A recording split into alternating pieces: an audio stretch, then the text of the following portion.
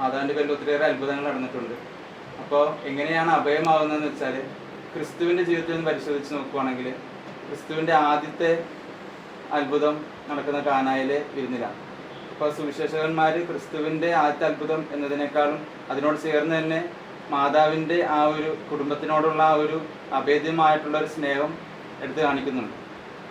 അപ്പോൾ നമുക്ക് ഏറ്റവും കൂടുതൽ പോസിബിലിറ്റി നമുക്ക് ഏറ്റവും ഈശോയോട് ഉണ്ട് എന്നതിനേക്കാളും നമുക്ക് പെട്ടെന്ന് തന്നെ നമ്മൾ ഒരു സഡൻ ആയിട്ടുള്ള എന്തെങ്കിലും സംഭവിച്ചു കഴിഞ്ഞാൽ എൻ്റെ അമ്മ എന്നൊക്കെ ആയിരിക്കും നമ്മൾ വിളിക്കുന്നത്. അപ്പോൾ ആ ഒരു ഇതിൽ വെച്ച് നോക്കുകയാണെങ്കിൽ നമുക്ക് ഏറ്റവും കൂടുതൽ പോസിബിലിറ്റി ഏറ്റവും കൂടുതൽ പ്രാർത്ഥിക്കാനായിട്ട് സാധിക്കുന്നത് മാതാവിനോടാണ്.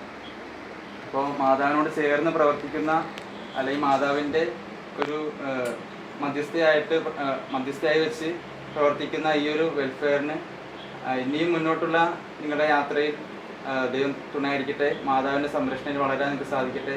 മാതാവിനോട് ചേർന്ന് മാതാവിൻ്റെ കൈപിടിച്ച് വളർന്ന് ഇടവകയോട് ചേർന്ന് ജീവിക്കാൻ, പ്രവർത്തിക്കാൻ, ഇതിൽ കൂടുതൽ ഫലങ്ങൾ നൽകാൻ നിങ്ങൾക്ക് ഏവർക്കും സാധിക്കട്ടെ എന്ന് ആശംസിച്ചുകൊണ്ട് ഞാൻ നിർത്തുന്നു. നന്ദി, നമസ്കാരം.